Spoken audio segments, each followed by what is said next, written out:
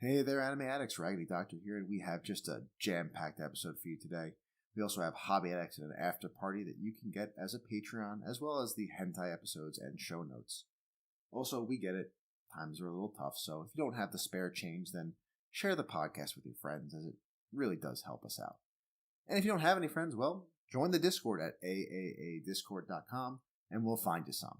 Anyway, since this episode is about as stacked as the current anime season, we should probably start the show.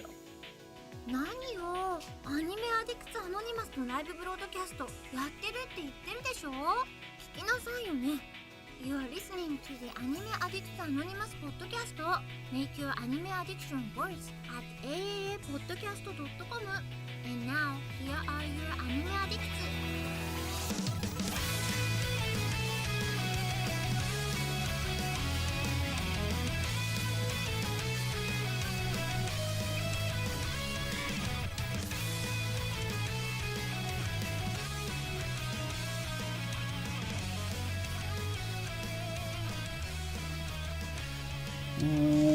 Welcome everybody to the, oh my goodness, I can't count, I can't read, I can't do math, I can't count, I can't even possibly figure out that, oh wait, no, I know what it is. It's the 825th episode of the Anime Addicts Anonymous Podcast. I am your one, your only Raggedy Doctor here to bring you a stellar episode. And with me, in all red for this episode, we have Caroline. Almost all red for our review today. How are you, Raggedy? I'm doing pretty good. I am a little dreary on this rainy Sunday here in the Northeast. I know, we've had summer weather for like a week. Then, and bam. it's finally coming up to us. But hopefully someone who's living in a bit warmer climate and has a little bit of red peeking out behind his wonderful Star Wars sweater. My favorite cop and yours, Detective Otaku. What's up? The funny thing is I'm really not that far from either one of you. So believe it or not, my phone has displayed, yes, ladies and gentlemen, after being 90 degrees on the day of my wedding anniversary, we have a freezing warning in effect in the greater Oh, DM. happy anniversary. No, thank you. Congratulations. 9 years of wedded bliss to Mrs. Detective Otaku. That's a mouthful. Is it hyphenated? I know. Does she have a hyphenated? She actually does. She's Dominican. She didn't want to take my full last name, lest she sound like a rapper. So she has a hyphenated last name. It's much more appropriate. I can't fault her. I wouldn't want to be sounding like a rapper to everybody else either. They would think it was intentional. Fair enough. Well, I'm excited. I hope you guys are all excited because we do have just a totally bonkers show. We have Season 3 reviews. You guys have been clamoring for some Season 3s on the Discord, and if you haven't been, it's probably because you're not in the Discord. So, well, join the Discord and yell at us, and then maybe we'll do things you want to do, because sometimes it does work that way. Beyond that, we're going to extend a little bit into some of our thoughts on some of the winter shows that we maybe didn't touch on the main podcast in the after party, which you can get as part of the Patreon, as well as some fun Hobby Addicts, which we always do, and you can get the hentai episodes, which, well, you won't catch me on those, but there's some good stuff there, I assume. But the only other thing we really have to talk about besides, the socials, the Twitters, the X's, the TikToks, blah, blah, blah, blah, blah, is Anime Club.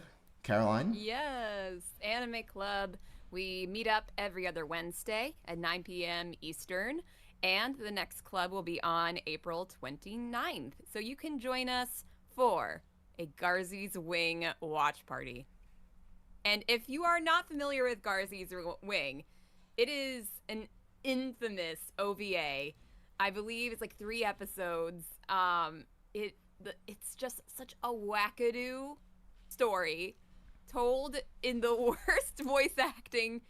Well, I guess not possible, but it is certainly something to behold. I recommend just watch a little bit on YouTube and then join us because it's going to be so much fun. It's frequently paired with a drinking game. I don't know if I'll be drinking because it's a Wednesday night, but to each their own. Feel free to come through. It's going to be so much fun.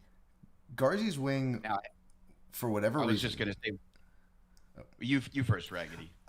I was say, for whatever reason, Garzy's Wing always in my brain gets confused with that one meme of the guy pointing at the butterfly saying, "Is this a pigeon?" Mm-hmm. Completely different shows, but they're both. It's a different show. They're both like the same era of just horrible adaptations and dubs. So for whatever reason, they get lodged in my brain together.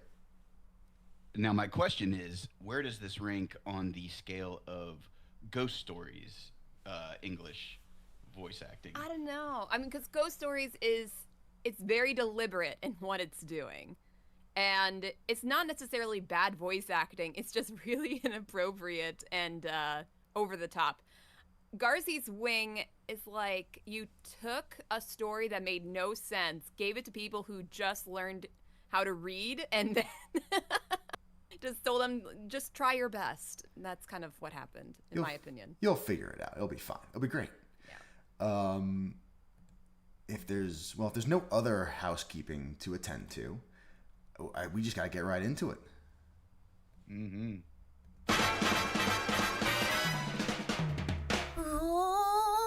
大ニュースです。It's time for big news of the week. And Can I take this one? Can I take this one? Can I take this one? Can I take this one? I was going to say, I tried very hard to say, let's only just do one news story. And Caroline was absolutely not. We are talking about this. So go ahead, Caroline. Okay. Well, I never said we couldn't talk about other news. I'm just saying whatever the news is, we have to talk about this too. Okay. So, Avatar, The Last Airbender. Not anime, but come on. Honorary. The Legend of Aang film has been leaked. And everybody is gone crazy because everyone is hot. They're hot. Look at Zuko. Come on. Well, I feel like I'm all over the place, so maybe I should just start from the beginning. Okay, The Legend of Aang film, based off of the Avatar The Last Airbender series that we all know and love. It's been in production for a few years now, and it was supposed to come out on Paramount Plus this fall.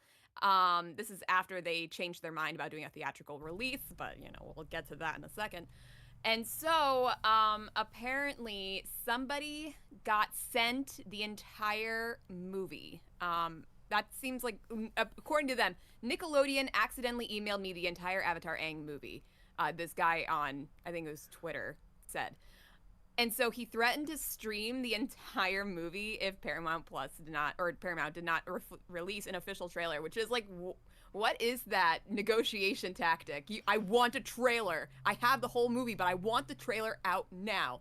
So they apparently requested that. He also posted a still from the movie's end credits, revealing previously undisclosed voiceover cast and roles. His posts were later hit with copyright strikes and removed, but within 2 days, there were links to download the full movie on 4chan and Twitter. Some people are also directly streaming the film. And across the internet, people are saying that they have successfully pirated and watched what appear to be a quote-unquote nearly finished and beautiful animated film. So even though this is all happening, they're loving this movie. Some people say that Paramount deserved the leak because of unpopular creative and marketing decisions with the movie, such as, changing the theatrical release to streaming and also changing the voice cast. And also some political affiliations, which we will not get into. But the team behind the movie are understandably distraught and disappointed with the situation. Their work has kind of been spoiled, not in the way that they wanted it to be released. So I feel bad about that for sure. I have not seen the movie. Just putting it out there. I will not be seeing it until it's officially released, but I can't help myself but see on my Instagram reel feed all of these clips of the movie, which I'm not watching anything with dialogue in it, just for the plot, if you know what I mean. Like what? Mm-hmm. I just want to know what the characters look like. Darn it! I do have to apologize because they look good. I do have to apologize because I think I've sent like half of the thirst traps to you myself. The surprising thing for me, because I try to follow anime content, animated project content on most of the major social media platforms to stay in the know, and my TikTok For You page is pretty much drowning in Toph admiration videos.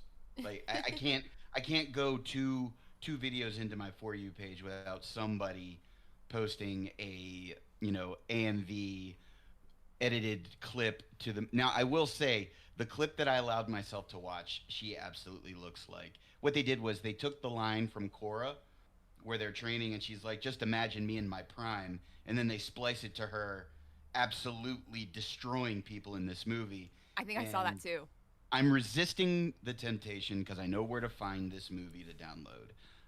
I'm with you. I want to support the creators appropriately. I have Paramount Plus. I plan on watching it, but it is hard to ignore the specter of the file just hanging there in the ethos, begging me to click download and then put it on a USB drive and throw it up on my 77-inch TV. But I won't. How noble of you. I had this image in my mind of Caroline once the Zuko images released of insert anime girl here hugging body pillow and just rolling back and forth across the bed. Yep. That's pretty much it. A few things I do want to add because I looked into this a little bit. It seems like the leaker is, one, not even a fan of Avatar at all. And while the claim was it was emailed to him, it was emailed to him by a hacker friend. It wasn't like accidentally emailed out. And the quote that the leaker, I guess, gave via Twitter to one of the news publications was, "I just saw it's a Paramount Plus thing, so I decided I'd troll a little bit." So this is not anything, on a stance that they're taking anything principled. They're just being a dick. And the annoying thing is the people it hurts the most is the Avatar creative team if you go down this route. Paramount Plus, or Paramount in general, and the Ellison family that owns them have so much money and do so much and own so much that you fucking around with one property is not going to, they're not even going to notice it. But the people who made the movie, they're the ones that are affected by this. So yeah. Even if you did watch the leak, because I am not going to place judgment, you should at least find some way to financially support the creators to compensate for that. It's been too long since we've gotten to see, the original Avatar anything. Yeah. That was good. So Korra was fine. No, I mean like the original crew is what I mean. The best way. Even Korra was really long ago. Korra was long ago, but the best way to support this is going to be when they announce a physical release of it. Just buy the damn movie, or at least if it's on Apple TV or Prime or whatever video service you use, just pay for the movie so that we can get more, because that's what they base this stuff off of. And even if the guy is just claiming it's a troll, not to belabor the point because of what I do, but it's literally criminal. Like there's insert many lists of theft and fraud, and when they identify this person, there's going to be federal charges. There's going to be local charges depending on what state the IP address of the hacker comes back to. Don't think for one second that they won't easily be able to find this person, and they will be charged criminally as well as sued civilly into oblivion. Glad we have your perspective here, Detective Otaku. I'm just saying. I think we're going to skip the second news item. I do have the second news item in the news break today, so if people are curious, that will be mentioned there. And it is also available in our show notes, which you can also get for being a patron. But I think it's time we move on to a topic I am very excited for, and I believe you two are as well. Yes. Indeed. As someone, as the One Piece fan, or as one of the One Piece fans, I guess, on the podcast, I love long-running, continuing media and watching shows build upon previous seasons, their previous writing. And while it is fair that usually by 20-something episodes, you know where a show is going, or at least enough to know if you're going to keep watching it, which is why we don't typically review past season 2. Sometimes they deserve to be talked about. So today, we're going to be talking about Oshi no Ko Season 3 and Jujutsu Kaisen Season 3 from winter 2026. And I have tagged I think Otaku to start off the conversation. And we've structured this a little differently than our normal reviews. So if you like the way we do this, join the Discord, let us know, and maybe we'll do some more of them. So Otaku, right. why don't you lead us off? I got you. So, just as Raggedy is the quote One Piece guy, you could argue as the sole host that has read this project to completion, I'm kind of the Oshinoko guy. Are you So trying to we're gonna flex here? um, Mm. maybe. So, we are going to talk about Oshinoko Season 3. You can watch this on Crunchyroll. It is no longer banned to the nether regions of the High Dive universe. Our experiences with the franchise until now, obviously, without flexing further, I have read the manga to completion. I did watch the first two seasons. I was on the episode where we reviewed Season 2, and I was mostly interested in seeing how far that they would go into the story with the third season. What did you all think? Your experience Yeah, with that until now? I also saw the first two seasons for reviews and as they were coming out because I was really into them. I really like Oshinoko, and I was really excited for another season because I thought season 2 was even better than the first. And just like saying now, I still think season 2 is my favorite out of the 3 seasons. And I also feel a little bit of apprehension because I know of some future developments that I don't love. But even so, I do intend to finish this series. Yeah, and I really enjoyed Akasaka's other work, Kaguya-sama Love is War, and I really enjoyed the first two seasons, which I watched on my own. The first two OPs, appropriately for this show, are absolute bangers. I watched the first two seasons dubbed because, I do be that way. And it was typically a very slow dubbing process. I think the first season took a full year to get dubbed. This one, even though it was on Crunchyroll and it got dubbed way faster, it's still not finished dubbing. So I watched this one subbed. So What? I thought you couldn't read. I did. Did I say I read the subs or did I say I watched it subbed?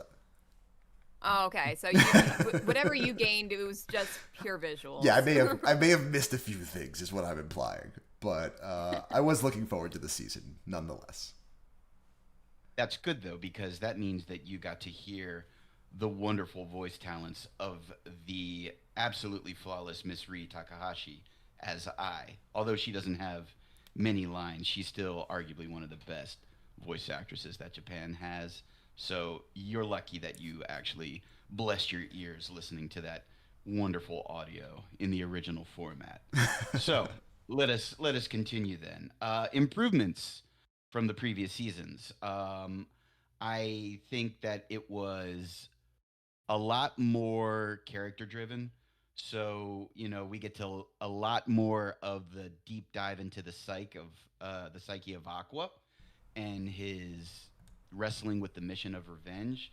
And I also do appreciate that this is the mangaka's basically the way that I saw explained in an interview was they kind of wrote this based on their experience in the Japanese film industry. So this is supposedly a pretty realistic look about how films are made, how actors and actresses are treated, how directors and producers behave, and it makes me feel very, very sorry for anybody in the Japanese film industry. Caroline, what do you think? Improvements over previous seasons? Oh, well, you've already mentioned the biggest improvement, which is that you can watch it on Crunchyroll instead of High Dive. That is a definite improvement. I really appreciated that we have some more serious focus on the mystery and revenge plots in this show. Previously, they were more like MacGuffins to delve into the commentary of show business, which is, I think, an interesting part of it for sure.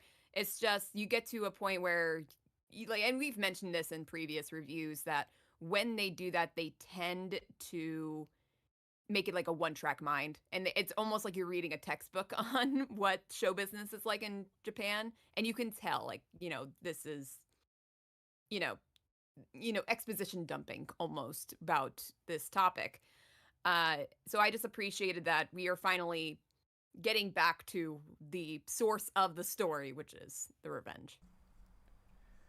Yeah, for me, I would agree with that. I also like that we get more character development for Ruby because she was kind of a passenger in the story for a while, and now she gets to be kind of pushed to the forefront, which some people may or may like, may not, depending on whether or not you like Ruby. But I do think it rounds out the cast nicer to give her more. And this season, Kana really just does absolutely cement herself as best girl. There's just Akane was my best girl for a good season and a half, halfway through season 1 and through most of season 2. But man, Kana really just bypasses her by a long shot in this season. Oh, should we establish whether or not we are talking specific spoilers here? I think it's a given, but yes, we will be getting, especially once we hit plot points and character points, we will definitely be getting into spoilers, and we will try our best to timestamp the episode so people know when to skip to the next parts. Yep. So real quickly, we'll touch on animation art production. I personally felt that the art was no better or worse than previously. I think the music is still a bop. I know that some people had mixed feelings about the opening and closing themes for this season, but if you liked what Oshinoko gave us the first 2 times, you're still going to be fairly pleased with what they've given us here. And the show still looks good. Obviously, they still focus on the twins' eyes, and I think that those are always animated really, really well. So I thought that it did a fine job. Caroline, what did you think? Yeah, I mean, everything still looks good. I didn't notice anything that really took a dump or got excessively better all of a sudden. Yeah, but I agree about the eyes. At first, they were like looking back to like the first season, how insane they looked. Now it's just kind of like part of the show itself. Especially like, and even with the characters that do not have like insane stars in their eyes, I think they look really good. And about the OPs, I like the first 2 OPs more just subjectively, but honestly, I like the third OP. I think it's good. I like the little character points in it. Yeah, the third OP is solid. It's just not as good as the first 2. The ED in this season is I still think really good. Overall, the quality is the same. With regards to the eyes, I like that this season they're not just set dressing, so to speak. They actually change them based on certain plot points, and it kind of helps inform the mental state of the character. So I like it when they include things like that. So that's the one animation change that they made that was for the better. Definitely. I think now would be the time where we can insert the little spoiler drop because we're going to start talking plot points. Yeah, I can do it. We can do that. I have that. Spoilers Drop are that. coming. Oh my god!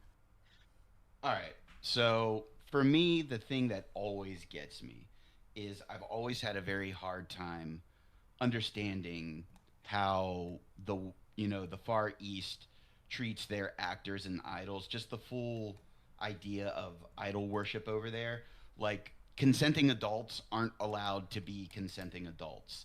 The fact that people have to apologize when it's found that they have a significant other is the most asinine concept I've ever heard. And obviously, Ruby and Aqua finally coming to an understanding of their identities from their past life. That was a huge, huge moment in the show. But I think where I really felt it shined was focusing on Kana wrestling with maintaining relevancy by stepping away from the idol world and trying to reimmerse herself in the acting world in a stronger way, and just how much she was willing to do to get there. And I really thought it was funny. I felt bad for all the mem fans because she is literally nothing but a background character in this season, to the point that she is literally just a black and white drawing in a lot of scenes, and it's just like, oh, Mem-chan, sorry for you. I didn't really, even in like previous seasons, I didn't love Mem. I kind of felt like she was not nearly as, like, just not like important, but Interesting. you look at Kana, you look at Akane, you look at Ruby, and they're all very there and present, and Mem always seems like she was in the background. All three Mem fans are devastated by the season. So, Caroline, was there anything else in the plot points that really shined for you? Oh, I thought we were still talking about characters. We'll mix them together, honestly, because It's kind of blending at this point. Oh, for the most part, I enjoyed the season, but I really only got into it towards the end when they start talking about the movie arc, and the last episode was something else. The first few episodes, the first half of the season, I didn't love it. I thought the premise of this TV show was so silly. I'm like, who watches this? A lot of people watch exactly that garbage. I know. It didn't. And then the whole cosplayer controversy thing, that does take up quite a bit of the first part of the show. I liked seeing Ruby be a bit diabolical, and having that now be part of her character, since she has not really done too much in the first 2 seasons. It's just, I thought the guy in this situation was too icky to redeem in the way that they did.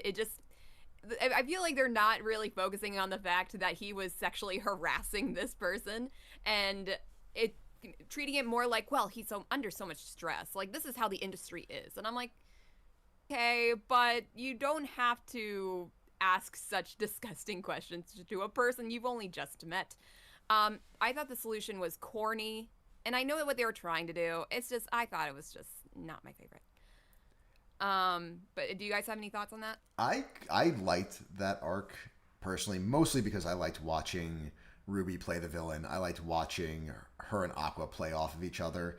I agree that the stuff with the director wasn't as satisfying, where he's set up to be a pretty clear villain. I do tend to appreciate when it's not black and white and you don't have one person who just is just pure garbage. That's not how real people are. So I appreciate that, but yeah, they whiplashed it pretty quickly. So I get that. But again, I liked how they, the main characters played off each other within that arc. I do like how it gives us another look into the behind the scenes for how these productions work. And it wasn't that textbook kind of narration that we get from other parts of the show or from the first 2 seasons, where they more let it play out and you can kind of watch it happen, which is much more of the show don't tell school. So I appreciated that part fairly well. And kind of like you were saying, Otaku, the paparazzi stuff with Kana, that really is what helps her grow as this character, and we see where she goes from this kind of bratty, spoiled kid who we know works hard to someone who's kind of really truly overcoming adversity. Yeah, and I will say that the cosplayer arc did kind of have a satisfying conclusion, where they basically made the producer director self-humiliate himself for his behavior. So there was some matter of comeuppance for how slimy he was, and that was nice to see, because you don't necessarily always get that. But for the most part, it really, like I said earlier, it really makes me feel bad for actors and actresses in Japanese film, because if this is even remotely accurate to how things are, what a fucking place to be. Well, forget the actors and actresses. They even, which is the other nice thing the show does, is it does expand it, because you see the assistant director get absolutely brutalized. Yep. You see even the director, he's kind of a scumbag, but you also kind of get this appreciation for the pressure he's under, where he's flippant and he's doing all of these very sexist and harassing things, but then you start to realize, well, he's doing that because he's been kind of shuttled to this corner of the internet, and he's trying to just do something to make money. And there's the part where he didn't ask for the rights to the Tokyo Blade cosplay, because he got so much bogged down with all the other work he's doing that he forgot. Yeah, he tries to play it off as like, it's not a big deal, but he like just actually was so overworked that he missed it. And the show does a good job of expanding it to everyone who's involved in the industry, even to the manager's name. I can't remember her name for Strawberry Productions, like, and how Miyako. Thank you, and how much work she is undertaking. Which also, by the way, Ichigo, what a dickbag. The original owner, like, what the fuck, man. No, are they actually married? Because I think they she are. introduces him as her husband, but he's been missing for what, 8 years? You have not seen this man, and you're still married to him? And just doing nothing, like straight up do it. Like, yeah, what has he been doing? they play it off like he's been like obsessed with Ai's killer, but he is not like Aqua, who's like actively doing things. He was just like fishing the whole time. The whole time he's been there 24/7. It's impressive that someone can pout for 8 years. It's borderline just crazy. All right, so especially with just to wrap up on Miyako, because I loved her in this season. Like we'd hardly got to see her do anything but be their manager. I am so glad that we got her backstory, and just like putting a little more establishment on the fact that she is effectively their mother at this point in their lives. Mm-hmm. So yeah, she is. So let's address the elephant in the room. Caroline, because I'm very interested in your thoughts. Mm-hmm. Can I twins? Wait, can I? Because I won't take the brunt of it. I just want to mention that I have dubbed this the purple incident, and this is like one of the dumbest jokes I have ever made on the Discord, where I will just spam the appropriately Jujutsu Kaisen hollow purple meme of the red and blue coming together to make purple. So I have been dreading the purple incident for a very long time, but you can go from there. Right. I mean, because like as of right now, we don't know like what is about to occur here. Just the fact that Ruby now is a brocon, and she's really crossing lines. Sensei, I'm 16 now. It still like, makes me squirm. There's no reason for it. There really is no reason. There's no reason why they have to do this. And that is like the biggest hurdle of getting into the show, is that first part. But because and I still don't understand why they never thought to like discuss it with each other, their past lives. I know they weren't close, but even if I was not at all close with this random person, if we were from the same situation, I'd be like, so, who were you? You know? Anyway, so that is like the biggest hurdle to get over, because it does get a little weird with the setup of the show. And now that we are getting back into that, it's just washing over me that I now have to jump this hurdle again. It made more sense in the very beginning of the show when they were not related to each other by blood. It made way more sense. And if like Ruby's backstory, or I guess I can't. What's the actual girl's name? Was it Serena? Serena. Mm-hmm. So her whole deal with her mother and being abandoned, and the doctor actually like being the one who cares for her, and her developing this childlike crush, makes perfect sense. Like you may feel a little icky if you're like, oh god, they're gonna anime this and do too much with it, but like the actual story setup and character building makes 100% sense. And then when they have like the breakdown where Ruby's like so overworked from the movie and admits like who she is, and they come to this realization, that's a very powerful moment, and it's immediately kneecapped by the Brocon shit. It's like they traded one transgression for a worse transgression. Pretty thought much. It was bad before. Look at us now. And like, why can't they have more familial relationship? Why can't they just be? We don't need to Lannister Why can't they this. just love each other platonically? We don't need to Lannister this. Platonicness.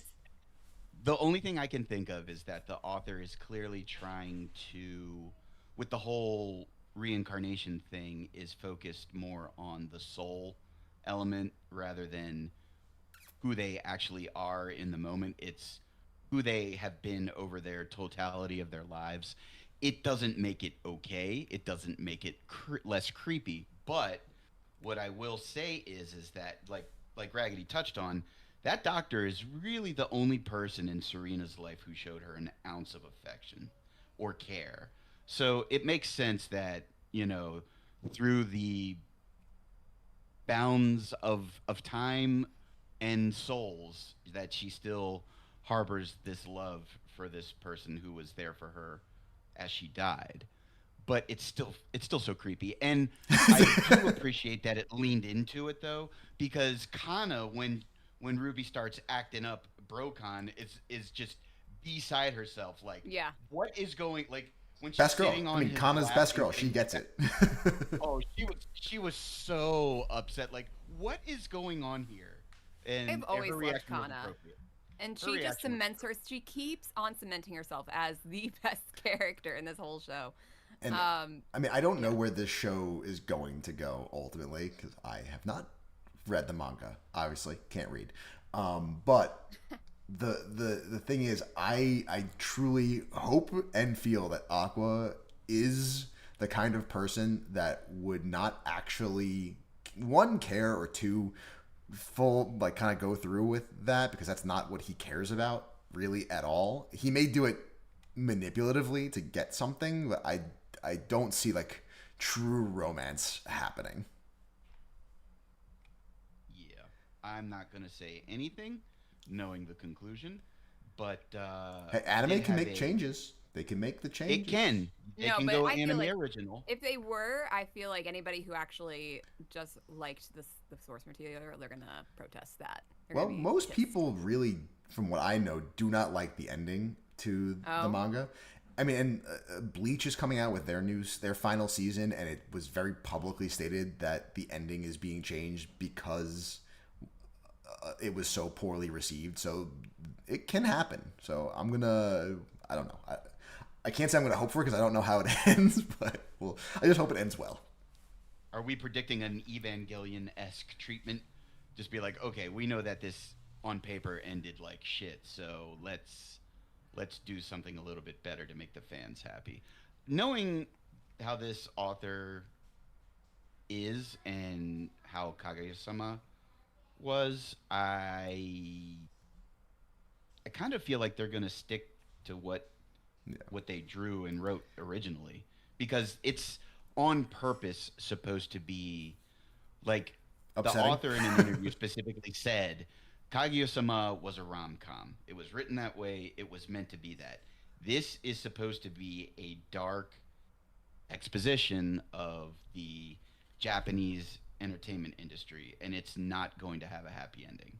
So, Well, I don't need a happy ending, but we need a well-written ending. Well, there will be some type of ending, I can tell you that. Just, yeah. Well, Yeah. Getting back to like character stuff, if you don't mind. No. Yeah, about learning about Ruby's mom or Serena's mom, I thought was really interesting because on one hand, you can say like, wow, that's a terrible mom. But on the other hand, you can say like, wow, that's a very broken person. True. But Aqua, I do appreciate that Aqua basically went to the head of Strawberry Productions and was like, this specific person, don't let her anywhere near our talent. Basically blacklisting her in the industry, which, good on you, Aqua. I appreciate that. that is pretty good. I do think we should wrap up just so we do have time to talk about the other. Yeah. Quick specific highlights I want to mention. Again, Ruby and Kana's character growth was great, and I was reminded of who wrote this show when we got to the final joke of the season, the end punchline, when he asks the little demon child to to play a part in the movie because they need someone who can realistically act like a person. I know that was so good.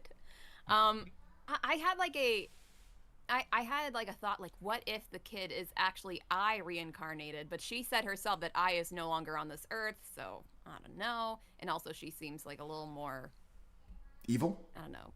Yeah. Anyway, yeah, so we'll see what happens with that. I'm excited to learn more about this random girl. I just had like a question. So, what do we know about Ai's DVD messages to the twins? Like, we just know that she made them. Did Aqua watch them, or what? We know almost nothing. I think Aqua watched his, which is why we get the whole 15-year, which is why they create the movie that they're making. But that's all we know. Okay, they really irked me with that one. Like, they set it up so that that it might end on what she says that started this whole thing. Season 4, baby. Don't. Season 4. God. Mm-hmm. I just be ready. That's all I can say. Just be ready. That sounds like a threat. It is a threat. It's absolutely a threat. But I will say that before it ends, there's still some good content to come. I also don't think either of you will see the ending coming. Like, it comes, like, the way it ends, I don't think either of you expect what's going to happen. I'm okay with that. I'm okay with being surprised. I can't surprised. spoil it anymore. I will spoil nothing. I just don't think you will expect the ending the way it does. All right, let's score this and move on to JJK then. Yeah. I think we all agree. Yep, we should score it. All right, Raggedy. I'm gonna give this 4 starry eyes out of 5. I'm going to give this show 4 inappropriate relationships with your brother, who in a previous life was also older than you, and your doctor, out of 5. And I too am going to score this 4 vexed Kana expressions out of 5. Hells yeah. It was a very solid season. I think we all agree that it bears staying with it to its finale. And I think now we can set it up for Raggedy to wax poetic on his beloved Shonen Slop JJK Season 3. I originally had Caroline slated for this, but I'm going to... I think you'd be a better person to lead us on this one.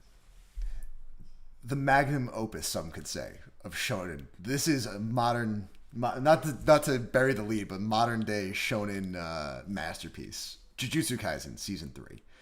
You can watch it on Crunchyroll. I'm going to say that, but let's be honest. You've already watched it on Crunchyroll. This is probably the biggest anime there is at the moment. For me, this is one of the very few manga that I have actually finished. So I know I'm now playing the otaku role. I know where this ends. I know where this is going. Are you also basing it off of pictures only? No dialogue. I mean, if I could read, I would technically be one of those goddamn readers. But again, I can't.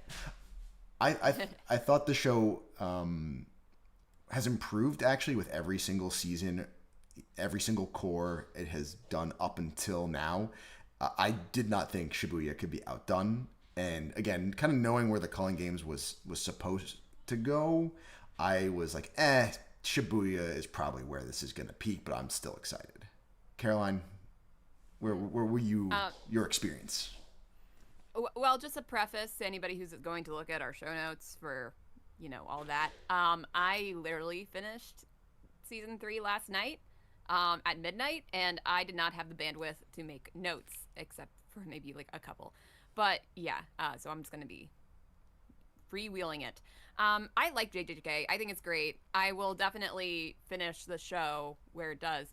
But I am frustrated with it, and I really could use like a rewatch or a reading of the manga. It's just that the power system is so much wackier than I was like set up to believe it was going to be. I thought I was constantly looking for sense for a very strict, hard power system, and I've come to realize it is definitely not a hard power system, and yet I still expect it to be.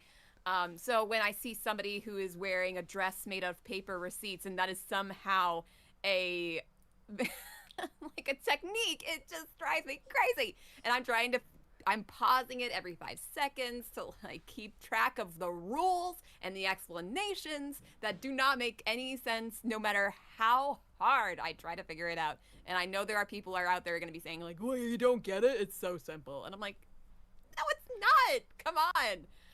Anyway, so I'm just gonna take a breath there. I'm pretty much just watching it for the animation and the characters because I do care where they end up. Me and Pancake are of one mind with this, where it's just a skill issue. Just got to get good.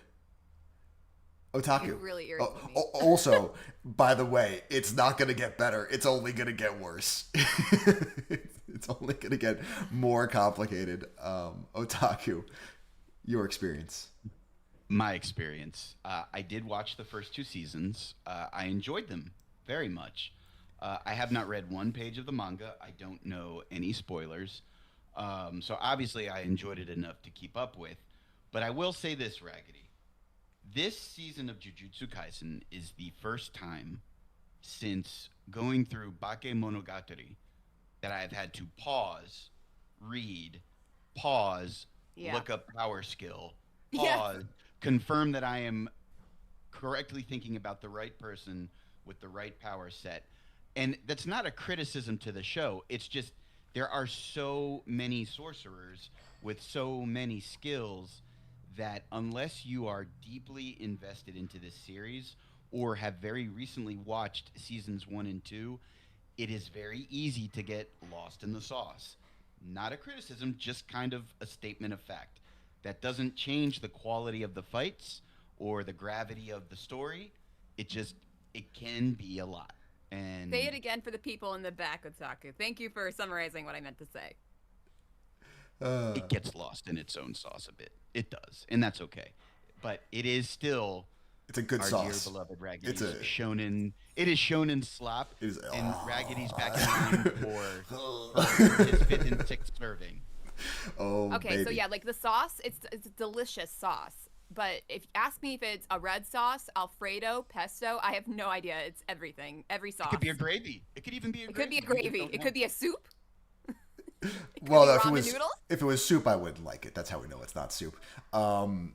Improvements from the previous season. I know I said that I did not think, and I've said this out loud to people, that I didn't think Shibuya could be surpassed. And holy shit, I have eaten so much crow on that there is a full-on murder in my stomach. The Culling Games has surpassed the previous season on every single point, other than maybe the lack of Gojo and Toto, because I do miss my aura farming boys. I miss them too. Aside from the production to pacing, aside from that, the production to the pacing to the experimental animation to the directorial decisions, the straight banger, full stop. Even the curse techniques have gotten more interesting because while it is more confusing, and it can get very confusing as we go on, I tend to prefer power systems kind of in line with like the JoJo's or even a One Piece, where it's not just a singular, rock, paper, scissors or water, fire, leaf, I guess, from Pokemon. It's more of a puzzle that you have to figure out. So when you get into those more creative powers, I get a lot more invested. So I'm all in, unsurprisingly. What about you guys? What did you think improved?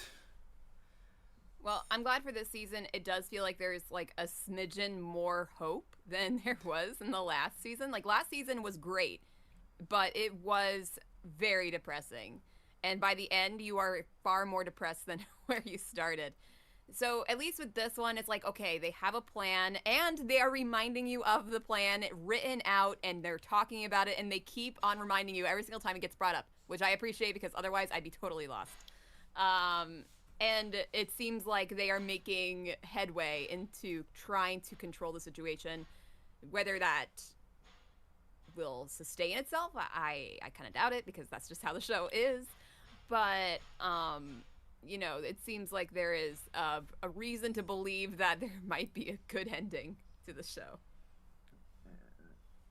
Yep. And just to kind of add to that, I think the improvement was, and I don't know if either of you agree with this, but some people, I may or may not have been included in those some people, felt that some of the fighting in season 2 was a bit too quick.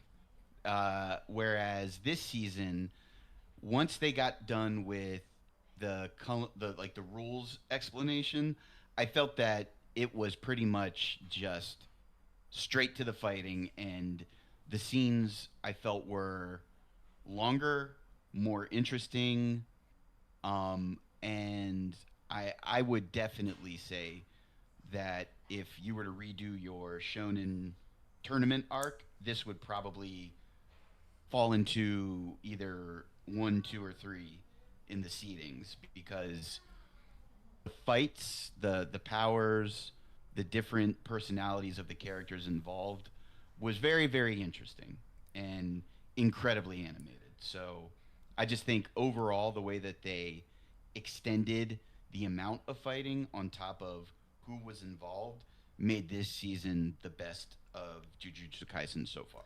Yeah, and I would say there was definitely a real sense of fight fatigue that a lot of people got from Shibuya, where it was sort of this one battle after another feeling to it.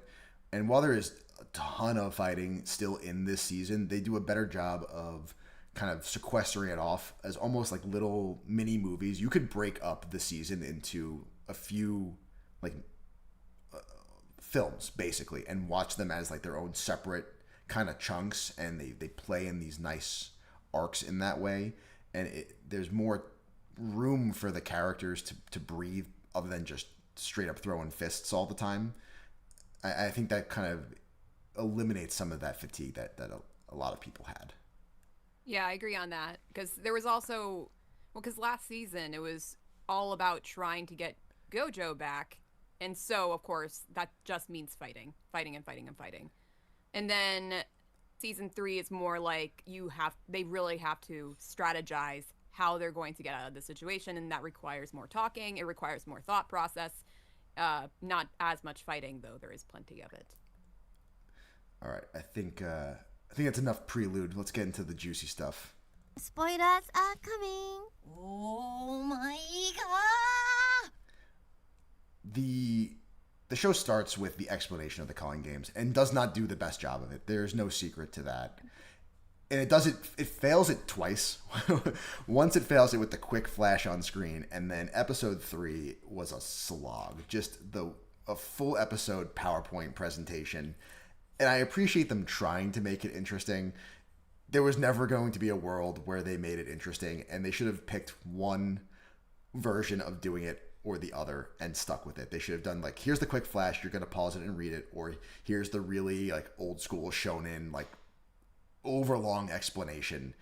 They did both, so it makes it even worse in my opinion, because there's no good way to do it.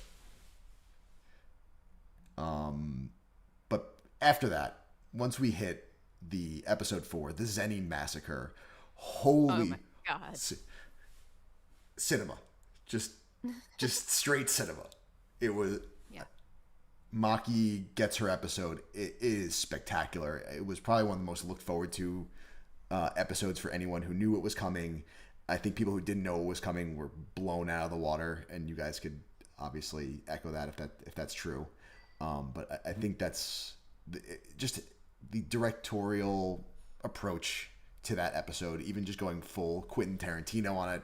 There's the Kill Bill comparisons that are obvious, but even just the way it's shot is very Tarantino.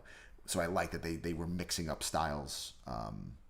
They do it throughout the season, but they did it really well in this episode.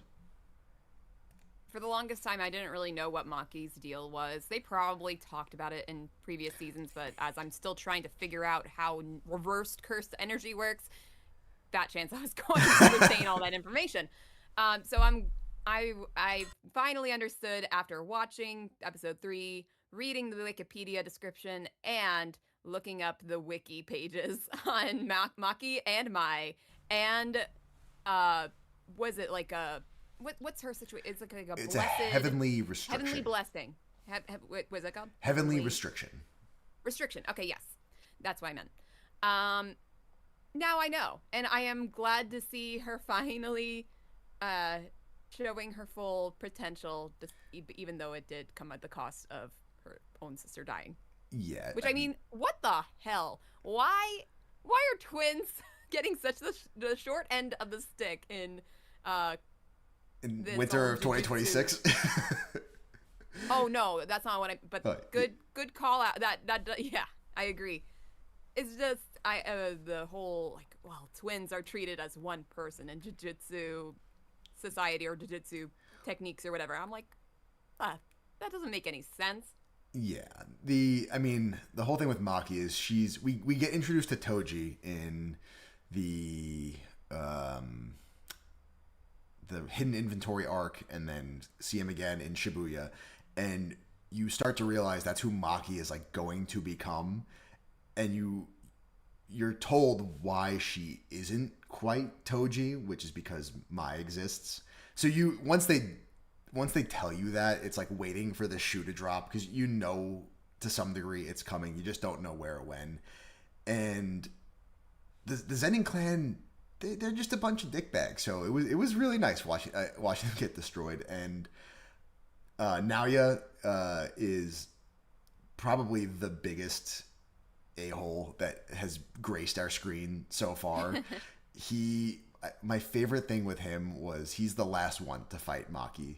And the fan theory behind that is because Maki and Mai's mother was always the one that tied his sandals, and she was like gone for part of that episode. That it wasn't that he was scared of Maki, but it just took him that long to figure out how to tie his own sandals to get into the fight. It's I don't know. It's so good. And then from there, it just keeps going, right? We get the introduction to Hikari and to I'm blanking on her name for some reason. That's a cosplay that's gonna hit the trans community like crack hit the streets in the 80s. Like, goddamn, there's no it's over, game over. But that was that Remy? No, that was the other girl. It's the girl with the little blue patch on her hair that hangs out with Hikari. Yeah, I know who you're talking about. I'm just trying to remember their name. That scene with the rotoscoping between Hikari and Yuji was great. Very tense scene that was done exceptionally well. And then I don't want to keep talking over the plot, but because I could keep going for a very long time. When you have this many characters getting dumped in all of a sudden, you have to talk about them. Yeah. And the what's his name? The lawyer. Oh, Higuruma. Yeah. I felt that as someone who works in, and Otaki, you probably have had similar moments. As someone who works in a profession where you often deal with people who are underserved and underprivileged, as well as people who don't necessarily appreciate all of the hard work you put into what you're doing. That feeling just hit deep when he just did that big like groan, and that hit real deep. I think he might have been one of my favorite characters from this season, because I've kind of been in his shoes from the other side, where the whole point of what some of us do is to try to just get justice for victims. He's a public defender, so he's trying to represent his clients and make sure that they get justice. And when you think you have a strong case and you are mentally prepared for a positive outcome, and then something happens, be it, you get a judge on a bad day, the jury disagrees, whatever happens, but you think you're going to get one result and then another one slaps you in the face. It's very, very easy to get jaded with the system as a whole. And it's just, he happens to be a sorcerer and have cursed powers. So his response is a little perhaps different than what a normal person's would be in that situation. But I found his disappointment with the system to be very relatable, especially doing what I do. Well, you have to remember that the Japanese justice system is very, very heavily weighed against defendants. So he's coming at this from like, what is it, a 98% conviction rate. So he's on the other side of that very losing battle, and chooses to do that because, that's the choice he makes. And that's again what I was saying with how you break up the season into these little movies, and his little film was told very well. Yeah. Mm-hmm. Agreed. And I also felt, as far as characters, I really thought that Megumin shined very strongly in this. Like, his fights were probably my favorite of the season, and I really walked away like I thought he was a strong character, but now he's just a straight G in my eyes. Like his performance this season was both impressive and some of the most rewatchable fight content that's been put out in recent memory. It's very I creative. appreciate it.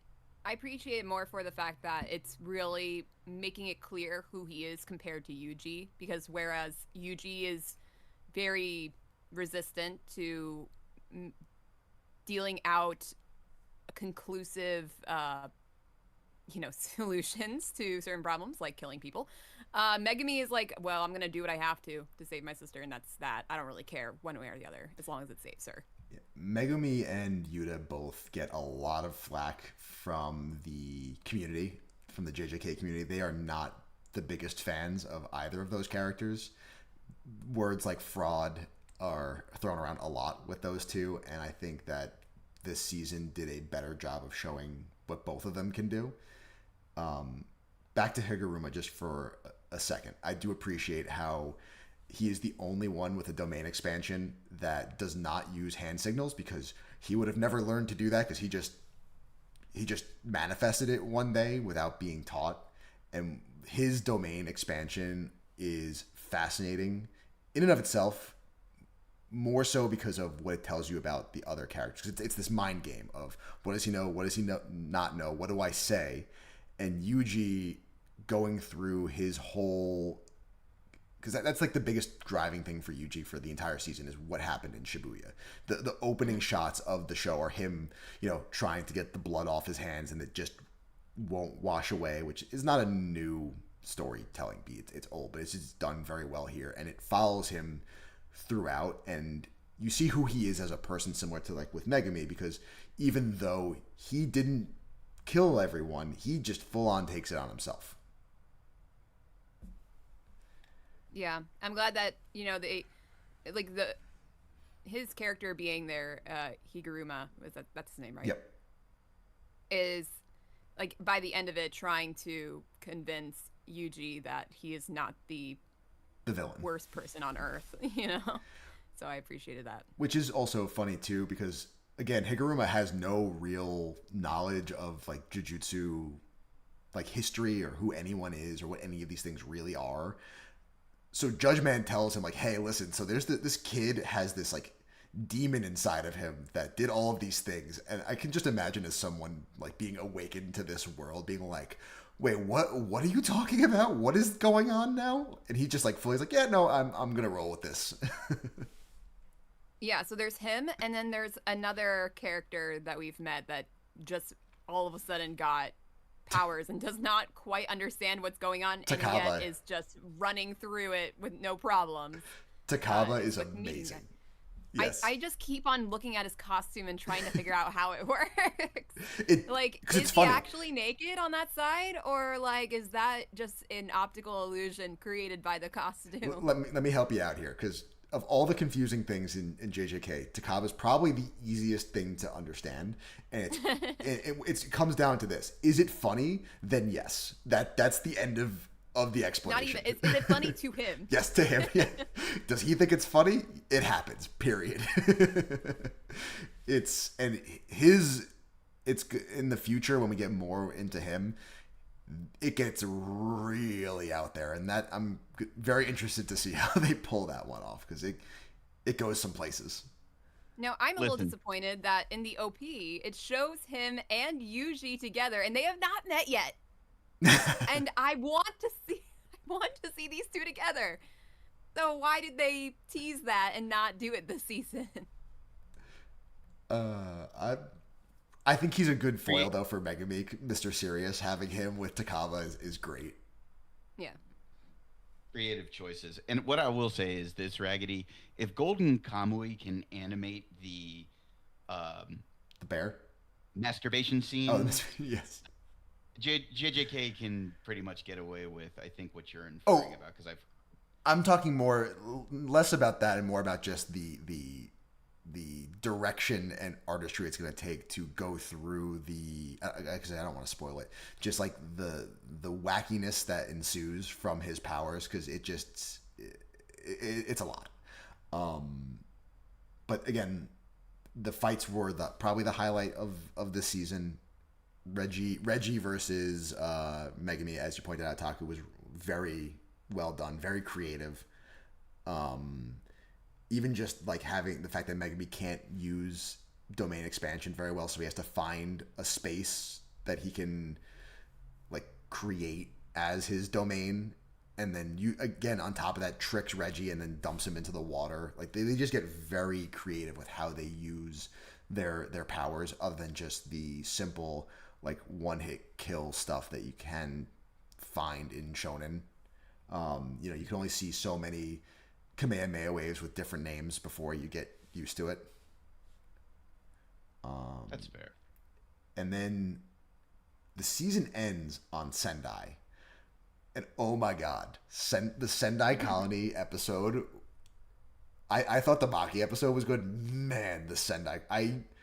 This gave me that feeling from Shibuya of just like you're holding your breath for like 30 straight minutes because you just are like stuck staring at the screen. It's a true melee between the four characters, right? The cockroach spirit, the sky assassin, and the guy with the coolest pompadour that there has ever been. I haven't yet to see any other ones shoot out layers, so this one takes the cake. And Yuta, just they're like, because a lot of times they devolve into like 2v2s or several 1v1s, but just it's a true like rotating melee between the four of them, animated spectacularly. I had my dessert. I am Yeah. I am now satisfied. Though I kind of like, I had a hard time trying to figure out like, okay, who is like a modern sorcerer, who is an ancient sorcerer or something like that, because the ancient sorcerers look very much like they have quickly adapted to modern times, because you got a guy who's he was like 400 years ago or something like that. He's wearing this ridiculous outfit. He has a pompadour. Pompadours didn't exist 400 years ago. How did he have this technique where he shoots a laser out of his pompadour if pompadours were not a thing 400 years ago? You don't know. Maybe they were. They weren't. The assumption is he used his sword because he was actually bald back 400 years ago. Oh, is this a future backstory or something like that? I think it's like a one-off thing where you see a picture of him like from 400 years ago and he's bald. So the joke is that he only uses the pompadour because now he has hair and he just thinks it's cool. I know, but like, he just got here. He's been here for like a week. How did he find out about Yakuza culture this quickly? It's kind of, so that's, I know it's really not that big a deal. It's when you have a character who's supposed to be hundreds of years old, you expect to see that in them. And yet he's the youngest looking guy there.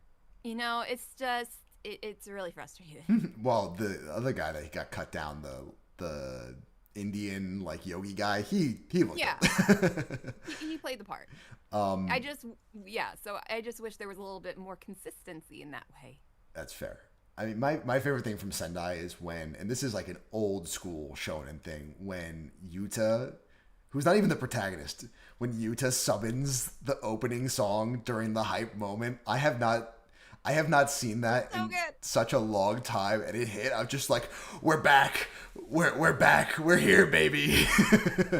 And especially since, do you guys remember the last time that Jujutsu Kaisen, because Jujutsu Kaisen has done this before, where they drop the OP into... It was when Yuji suddenly realized or Sukuna destroyed Shibuya. Which is the dirtiest use of that trope I've ever seen.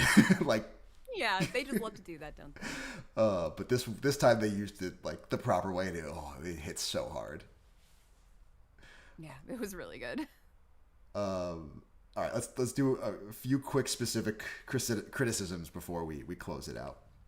For me, the PowerPoint episode is rough. That was tough. And they also dropped the ball on the dub side, because the voice actor for Tengen is the same voice actor as the narrator from Shibuya, which is a super cool like meta thing to do. That like, oh yeah, the god, quote unquote, or godlike character is the narrator, and they just fuck it up for the dub for no good reason. They just don't even. They do it for like a few lines, so it shows that they like thought about it, and then they go back anyway.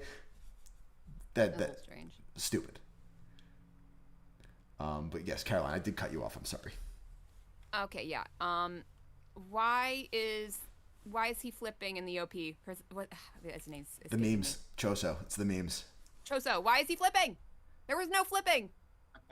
I wanted to know why he's flipping. That was my only criticism. Otaku. I think we've already hit on it. It's just the rules can get very heavy and it's hard to follow. So you might have to do some reading and rereading just to make sure you're on the right page as far as the rules are concerned and where this is going. But still, I think the quality of the combat far overshadows any criticisms that I could have had for the show. Yeah, and when I say I don't have any more criticisms, like I've kind of already mentioned them, like the inconsistencies with, you know, a person coming from 400 years ago not being 400 years old looking, or from that era, it just bothers me. And, you know, the power systems are frustrating and some other things are frustrating, but at this point I've kind of just let it wash over you. Accepted it, and I'm just going to enjoy what I can from this without getting bogged down by things I don't like. Let the shonen brain rot just wash over you. What? Gonna happen. The only other thing is the memes from this season were just chef's kiss. They were so good. They have surpassed They were great. Surpassed JoJo in the meme category, which I didn't think was possible. I have put a bunch of them in the show notes for anyone who gets those. I want each of us to real quick shout out our favorite meme from the season. Mine was the John Kaisen, Joe Jujutsu, John Zenon of like the background characters secretly being like the super strongest person. That was fun for me. I really like Choso getting slapped in the face. And that one went viral, yeah. Yeah, and so many great just spin-offs of it, yeah. Adaptations to different media is great.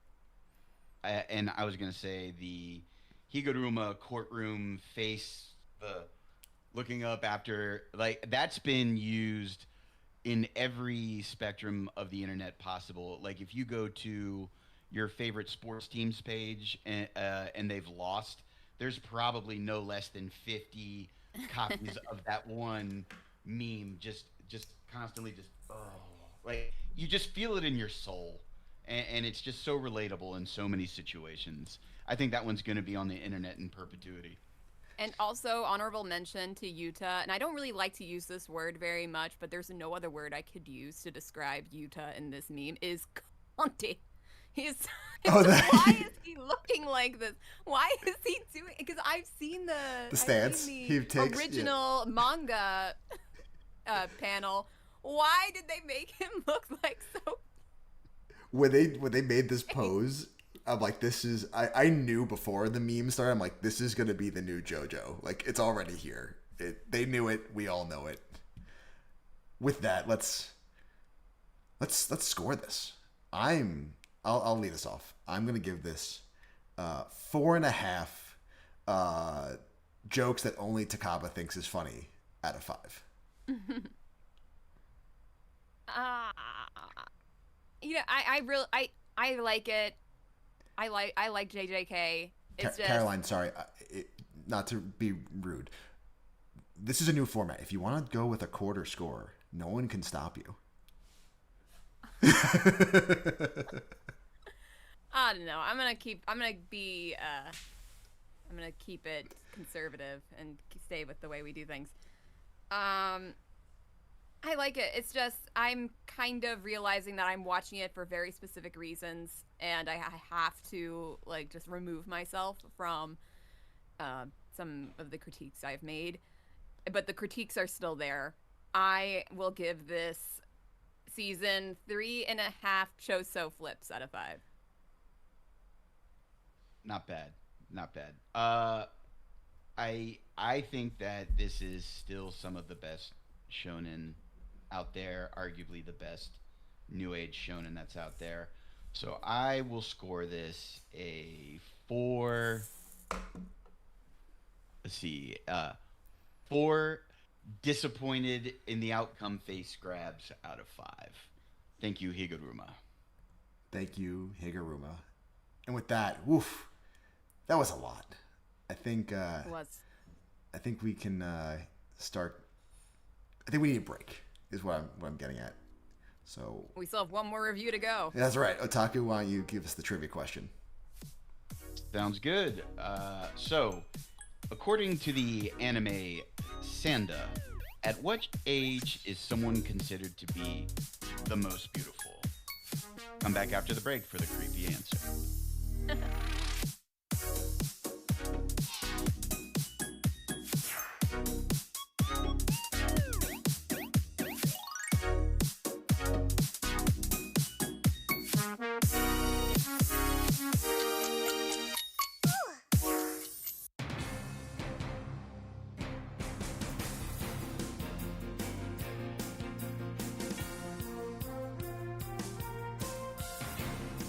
Hey guys, it's Caroline, and welcome to your anime news break. Let's hear about some of the stories that have hit the headlines this week. J-pop group YOASOBI and Crunchyroll have announced that the North American Never Ending Stories tour is happening this August. Right after their performance in Montreal on July 31st, they'll be going to Lollapalooza in Chicago. They'll also be going to Boston, Brooklyn, Hamilton, Ontario, Seattle, Oakland, California, and Los Angeles. Crunchyroll pre-sale tickets will begin on April 21st. The artist pre-sale begins on April 22nd, and general public sales will open on April 23rd.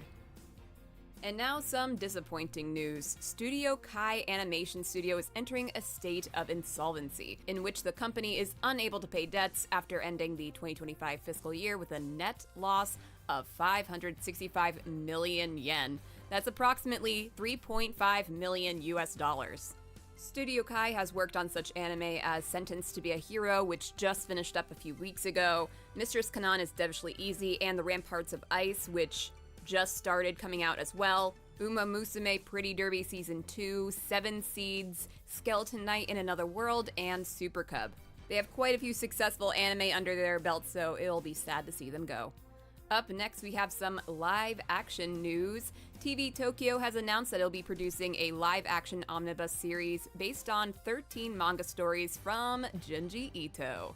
The series will be going by the title of Strange, Junji Ito's Strange Stories for Sleepless Nights. It's an apparent reference to the original name of the magazine where many of Ito's works appeared. The series will premiere on TV Tokyo's Drama 24 programming block on July 3rd. The adapted stories will include Love Sickness, The Mansion of Phantom Pain, The Rib Woman, The Bully, Face Thief, A Father's Love, Memory, In Old Records, Pen Pal, Further Tales of Oshikiri, Earthbound, and Tomio Red Turtleneck. All of these stories have been translated into English in various releases, except for In Old Records, which is featured in the Junji Ito's collection anime. Junji Ito adaptations have been notorious for being very difficult to get right, so I'm not holding out hope on this one, but then again, it just might be worth a try. And last but not least, I have some news for fans of Witch Hat Atelier and podcast listeners. Crunchyroll is launching an official Witch Hat Atelier companion podcast called Witch Chat, which will discuss each episode of the anime adaptation. The weekly audio and video series will be hosted by content creator Lena Lemon and a Crunchyroll video producer named Tim Liu. It is available now on the Crunchyroll Presents YouTube channel and Spotify, with Apple Podcasts and more launching soon. Now, I, for one, am a huge fan of companion podcasts. I love to get a behind-the-scenes look of whatever I'm watching. I'm not sure about this one because it doesn't seem like either of the hosts are directly involved with the production of the anime, but maybe they'll have some special insights being part of Crunchyroll, and I'd like to hope that they might talk to some of the people who are actually involved. So maybe some Witch Hat Atelier fans or podcast fans might check that out if it interests you. Now that's about all I've got for today's news break. It's almost time to head back to the main show.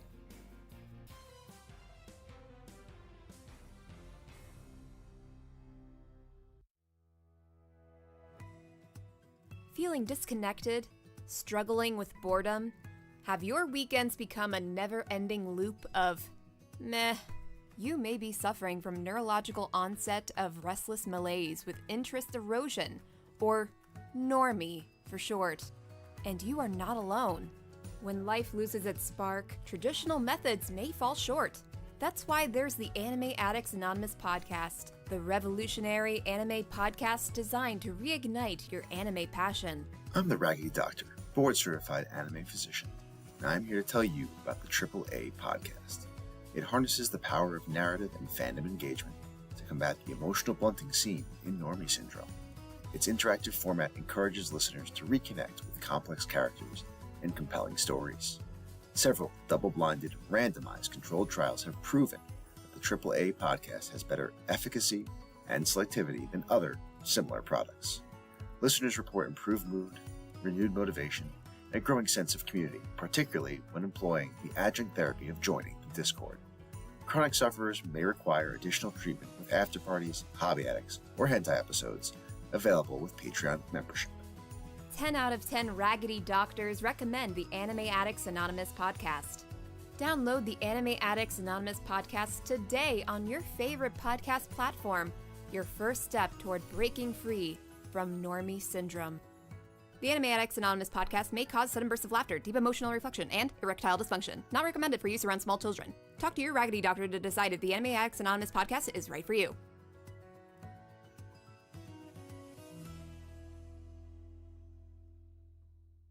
You know me? Of course!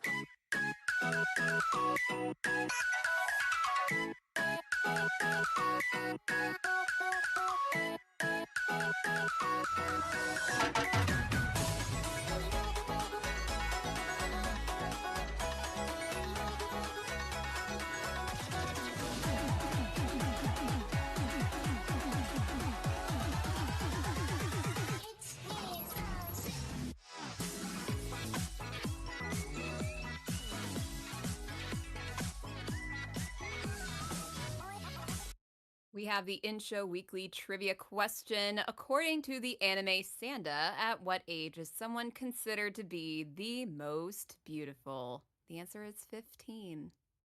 Aw.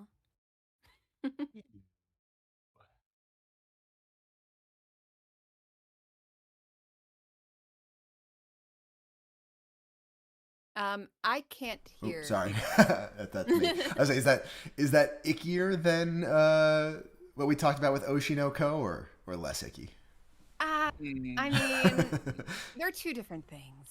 It's just Icky? There's some weird stuff in this show for sure. Which I think we talked a lot about the season 3s. I don't think we have time for mailbags. We will. Yeah, it's a shame. We'll push that Save up it for to, next time. We'll save it for next time. It's okay. We'll get to it. Someone said that the season 3s didn't deserve entire review sections. There wasn't as much to talk about. I'm going to say they were wrong, whoever that may be. Anyway, Sanda. Let's talk Sanda. So Sanda was from fall of 2025. The show can be found on Amazon Prime, and the synopsis. In a future where children are few and regarded as Japan's most valuable assets, Christmas has become a mere legend of the past. For the students of Daikoku Welfare Academy, a boarding school where they are educated, protected, and monitored, the mythical Santa Claus is a forgotten character of fiction for the adults. However, Santa Claus is a very real menace that needs to be neutralized. Shiori Fuyamura, a student of Daikoku Welfare Academy, is determined to find her best friend, Ichi Ono, who has been declared dead after being missing for 6 months. One morning, Fuyamura summons her fellow class representative, the titular Sanda, only to attack the boy.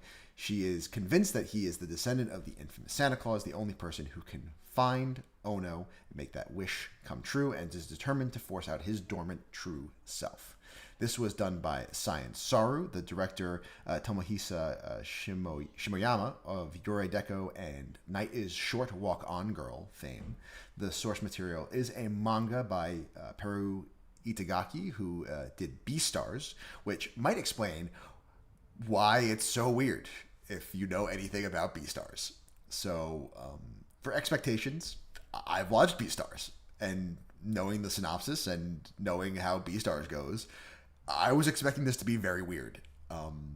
Science Saru adapting the manga gave me hope for good quality, but also kind of fits with the weirdness because they do weird shows too. Caroline, what were you expecting? Something about Santa Claus. I don't know. I did not know anything going into it, really. I think I did hear about Science Saru being attached to it, but just Santa Claus, that's all I knew. Otaku, what did you think? What were you expecting, I should say?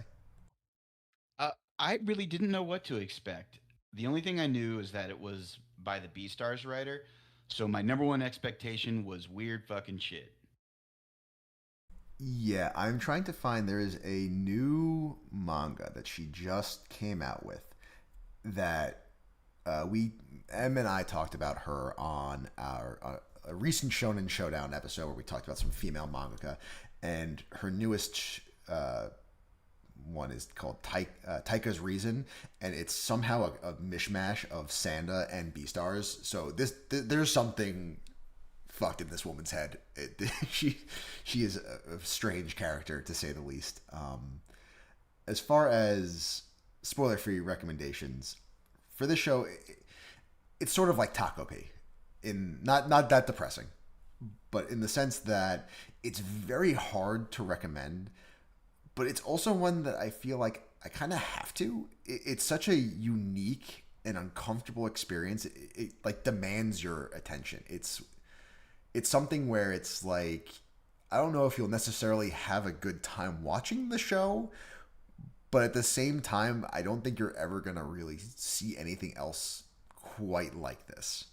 And at least it does look good. The production is a good quality production. So beyond the weirdness, and some of the weirdness it gets into some very heavy topics as well that are explored.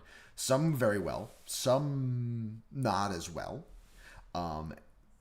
So I may sound a little frustrated because, again, on the one hand, I really want to recommend this. On the other hand, I really don't. So that's where I'm at. Caroline, are you in a similar place?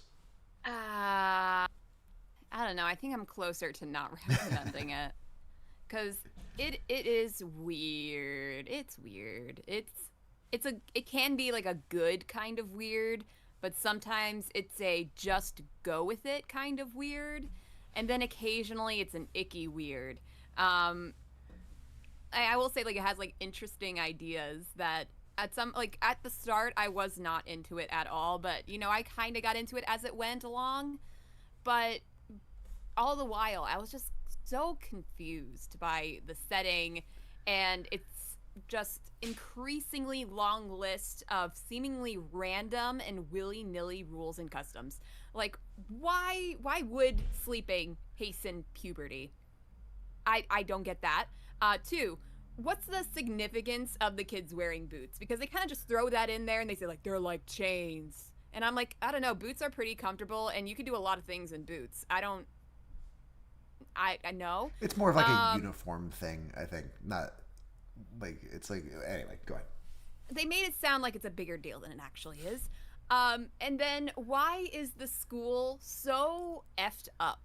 But the chief director does nothing about it and instead tells a student who's secretly Santa Claus to figure it out. Like, you got to help the kids. And she's, what are you doing? She's the chief director. If there's any changes that needs to be made, surely you could at least help out a little bit. Anyway, so I have a lot of critiques to discuss here, and that's only just a sampling. I will definitely get into that later, but I will say it is great looking. It is a well-animated show. It has its moments of being pretty good, but it has its many more moments of being incredibly stupid. I appreciate the amuse-bouche of critiques. I look forward to the main course. Otaku, your spoiler-free recommendation. My spoiler-free recommendation. This show is, the best way I can describe it in a single word is wild. The concept alone, the characters that are the focus of the show, the school setting, it's all very unsettling. But it's something that I think everyone should allow themselves to experience and ultimately decide for themselves how they feel about it, because there's just enough interesting and good where I feel like everyone deserves their own opportunity to decide how they feel about it. But it's weird and it's wild, and we'll get deeper into it once we get into spoilers. So I can recommend it, but with a whole lot of caveats and disclaimers. That's fair. I think, a few things we can kind of mention before we get into it is the art style. It looks very different than most other shows, for good and for bad. It gives me a little bit of that Nightmare Before Christmas feel to it, but I do not like the eyelashes. I don't know why. I hated the zigzag eyelashes that they have. It drove me nuts. Like I said, the animation is really well done. It looks really good. And I've we kind of come to expect that from Science Saru, kind of like how we come to expect it from a MAPPA production. The more interesting one for me though was the music. There's a lot of Xmas, Christmas infused sound in the score throughout the show, which is one of those things that like an anime is going to just do better than a manga, because it can take that extra step. And Caroline, kind of what you were saying with the world building, it's weird, but I do appreciate how it's kind of drip fed to you, and like these things are stuff that it's someone who's living in this world is not going to suddenly question these things because they've been living in it. So the realizations come out like more organically. Like they mention it's vaguely the future, but if you pay attention, you can see in the background that it's like the year 2080, like stuff like that. I appreciate in really anything, but I think the show did that part well, at least. Yeah, I we'll get into that, but like now I'll agree. Like the world is kind of a cool setting. It's just it's so over seasoned in my opinion. I'm not and I disagreeing agree with that. you're not going to get fully into it immediately. It's just it seems like they make certain things sound like a big deal, but they don't fully implement it into the show. Like for example, it's a world where children are kind of a rarity, so they have arranged marriages, and it's kind of like established like as soon as you are born onto this earth you are going to marry a specific person, which makes sense, and it has been done in many other media. It's just the only person that we see that is going to be getting married to any character is Nico, who is engaged to Sanda. All right. But what about everybody else's fiancés? They hardly ever get mentioned or talked to, or the adults, the rare adults that we see in this show, we never see or hear of any of their spouses. So yeah, like Yaguyuta, you got the principal, you have the chief director, all people that should probably have a spouse, and yet they're not seen nor mentioned nor alluded to. Yeah, I think so. The only time it gets alluded to is with Sanda. I'm not that upset with it with the adults because the two of those characters are ancient, so you could reasonably assume that their spouses are dead. Yagi Yuta has his whole story with who's supposed to be his fiance, that we kind of get an idea of what happens with that. But yeah, the fact that no other kid in the show has a fiance that matters in the story, is mentioned or specifically pointed out, is very, very strange. It's because they did it as the plot point because that's how they wanted to introduce her, and didn't think through it enough to do it for the other characters, or at least not yet. Who knows what potential future seasons may hold. Otaku, is there any spoiler light stuff before we get into the meat of it? No, this is a very meaty podcast, so we can get into spoilers and deeper discussion. All right. So with that, Spoilers are coming. Oh my god! And with that, you just hear a as Caroline unfurls the mile-long list. And you can unfurl it for yourself with the show notes. Oh, got him. Oh, yeah. Like, these are things I just typed up as I was watching the show. And I just decided, you know what? We're going to copy-paste this into the show notes. But, like, we can start off with, you know, some more general stuff about the show. Because I generally think that the characters were pretty good. I liked Yagiuda. Like, that was a really fun character for me. Like, his situation in the whole thing doesn't quite make clear sense because he is actively trying to hunt down Santa, but he's also actively helping Sanda, knowing, you know, who he is. And, you know, you can kind of understand it in a way is like, okay, well, he has to prove that he is Santa, but even when he is able to do so, he doesn't. So it's like a confliction with him that he really likes these kids and doesn't want to necessarily hurt them, or like he relates to them and he wants to help them, but at the same time he has a job to do. So, but he kind of just puts that job to the wayside the entire time. He was definitely one of the more interesting characters. They gave him a lot more to work with than some of the other members of the supporting cast. He is also just like a funny character. He's so good. I really enjoyed him every time. Like when he's in, I think it's episode 3 or 4, where he's listening, when he's first introduced and he's listening to their conversation, and Sanda is just like screaming out loud how he's Santa. And one of my like cons is I'm not the biggest fan of Sanda when he's in his kid form. I find him a little stupid and grating. And I'm just sitting there like, why are you doing this? Like, this is ridiculous. And then Yagiuda like is just listening along, and then eventually like, yeah, I can't ignore that, and just shoots him. Like, he's good. He's a good supporting character. Yeah, so I really liked him. I also liked Amaya, even though like when he's introduced, I'm not really huge into that kind of character, but like he can also be very subtly funny. Like when they blow up Class 10 to try and save Sanda, and so obviously it's Fuyumura, yeah. Yeah, who blows it up. And he's like, pardon us. Yeah. Sorry about that. he's just a good character to have in that trio. Mm-hmm. He balances. Also very supportive. Like, surprisingly, a very supportive friend. He's a good balance because Sanda is loud and whiny, and also going through a lot of it with his changes. Fuyumura, I really like Fuyumura, but she's good.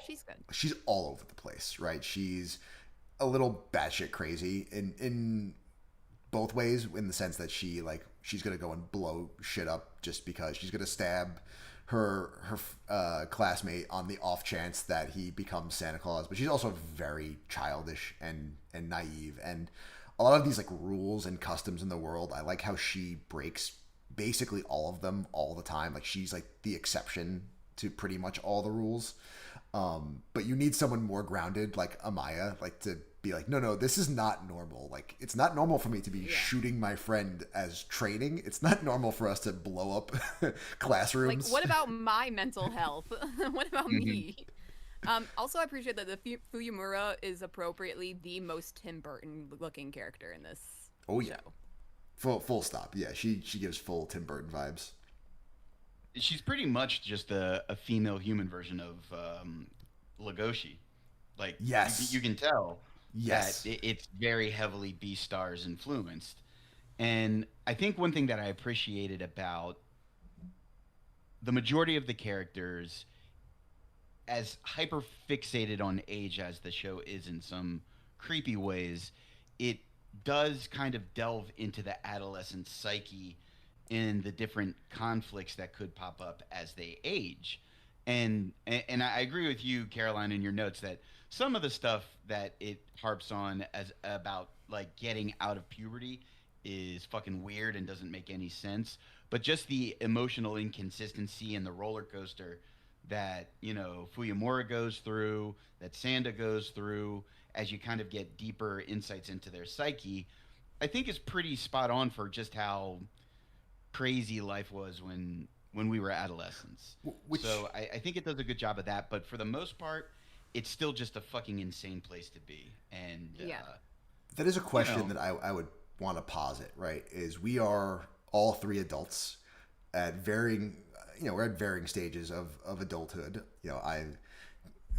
Caroline's a proper adult out with a job. I have wife and kids. Otaku is, near the crypt. Looking like Santa Claus. No, he's like I Oshibu. do. He's Oshibu. With the Aw. but with the skin complexion to match. He's handsome and youthful looking. But those hand, oh no, put the hand away. It's so creepy. Yeah, why? Okay, again, just like a small thing. Why is it that in this insane society where you can be 95 years old and have the appearance of a 30-year-old, but the hands are the problem? Like, what about the hands in particular that they cannot make any more youthful looking? I think that's just supposed I'll to be have you know. symbolic. These are also It's symbolic for- they're the only original parts of my body that I have left as well. Sorry, continue what you were gonna say. But yeah, like we're coming at this from a very different perspective, right? So some of this stuff I find weird and icky that they're talking about how 15 is the most beautiful you ever are, and how corrupting the adult world is to children, and how children are the only ones who are worthwhile. Once you're an adult, it's worthless, and this back and forth with puberty. I wonder if we were younger, if we were this age and could very much more so identify with these characters, would we be more forgiving of some of, not fully forgiving, because like again, the weird's gonna weird, but I wonder if we'd be more forgiving and more understanding of the perspective. I don't know. It's a weird show. I feel like no matter how old you are. Yeah, no. Oh, listen, it's like I said, weird's gonna weird. But I could definitely like there. I know you have Ono as a con on your list, Caroline. And it is creepy what she's doing with Fuyumura. And they keep saying she's an adult because she went through puberty. But Ono is still the same age as Fuyumura. Like the character is still 14 or 15, I guess, in the show. So even though it's like she has matured to be adult-like in appearance and mentality, she is a kid. And that is something that does happen to teenagers, where there are people who mature physically and mentally faster than others. And then it is this weird, like, well, my friend or this person who is a love interest is still very childlike, but we're still the same age. Where is that line? It's a real question that the show does pose. I'm not like I didn't really have a problem with what her character is supposed to be doing in this show. It's just I find her very frustrating because okay, so she disappears and you say like it was 6 months, and I remember that's what they said, like she just disappeared 6 months before this at the beginning, but then they say like she disappeared last month, and I believe they say that a couple times after that, and I'm like I'm confused by what's happening there, but that's besides the point. So then then they see her, and then she runs off unexplained. Well, I don't understand why she ran away that time, and then just to come back later and not run away. And then yeah, I have no answer for that, honestly, at like, all. it's just I just get frustrated with her because then also it's like, oh, she's dying, and then it's just like there's so many problems with Ono. Well, I was actually more frustrated with Sanda on that because she was like very like, hey, it wasn't like that subtle. She might as well have been wearing a sign on her head that said, I'm dying, take care of Fuyumura. And he just did not get it at all. Well, he's also a child. I feel like you can explain that away as much as anything else. You can, but it still frustrated me. He's also a little distracted with his fiance and mastering his powers, and I could see how that would fly over his head, especially because he's not really focused on Fuyumura's relationship with Ono. He still is trying to battle with the fact that he's like, I like Fuyumura, but I'm also an adult sometimes, so I shouldn't like her because I might die if I develop feelings for her. And it's like, that's probably one of the things that didn't make. I mean, I get where they were coming from, but at the end of the day, he's still a 14-year-old boy. He's allowed to have feelings. That was one of my issues with it. Like, if he's 14, but has the ability to just obtain an adult body, why would he die if he developed feelings for someone his age? That never really made sense to me. And it is a very adult body. At best, it's just so uncomfortable, and I don't not really like it. Like, I understood why it was there. It was just, yeah. Did it make you uncomfortable to find out that Santa is hung like a horse? Why would we not put clothes on him? It was like, when he. Why did we have to wait until like the second half of the show for him to finally get actual clothing? But even then, though, by the end, he's back to being just in his underwear again. I know, it's like it was unnecessary. Yeah, it's unnecessary. A lot of the stuff in here is unnecessary. And just to finish out my thoughts on characters, I really liked Nico. I thought I was not going to like her one bit, but I found her to be very entertaining. She was very charming. Yeah. The only other character I want to talk about that we really haven't was I have to look up her name. Fumi Namatame, the girl from Class 10. Yeah. Like, I mean, the rest of Class 10 is very boring. They all look the same. They point that out as a joke, but like, it's a little lazy to make them all look the same. I found her to be very interesting. I liked her backstory, the whole thing with her mom and how deranged the society has made her, and then by proxy affected the child, right? And then even from there, how it makes like her behavior makes sense, right? Her obsession with dead plants because of her mother. It reminds her of her mother's hand, so she's trying to like hold on to that memory. Why she's always smiling, because she'd been faking the smile forever for her mom, so she wouldn't forget her face. And the show does tackle some pretty heavy stuff with maturing and aging, and even like knowing yourself, and all the characters like having to have those like those self-identifying moments of like, who am I, or even like how Fui more like hates herself for who she is, and understanding that someone could still love you for who you are. There's some really good stuff, but we just keep coming back to it. It's just buried under a pile of weirdness. Yeah. I know you didn't really like Sanda all that much. I actually kind of liked him. I thought he was a decent main character. Some pretty well evened out with his Santa personality, which is different, but I don't know, it helped to know that like he is still a loud and silly little teenage boy, so it's good to keep that in perspective when he is also an old man. Wait, well, which Santa persona are you talking about now?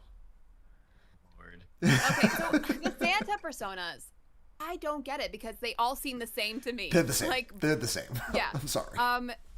Just we have to establish, one of his her ego, the quote unquote more violent and less empathetic Santa, known as Black Santa.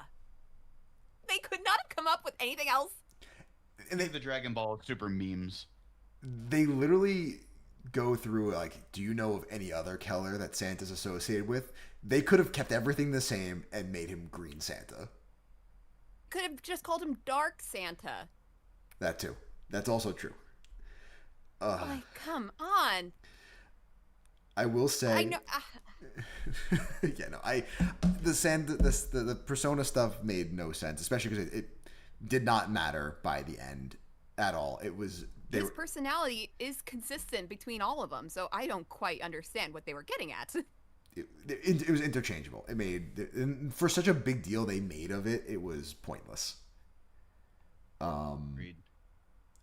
I will say one final thought I have on this show is that this is, despite it all, and this is probably more of a condemnation of the genre itself as a whole, but this might be the best Yuri I've ever seen. Does that mean the best what? The best Yuri. Best Yuri he's ever seen. Oh.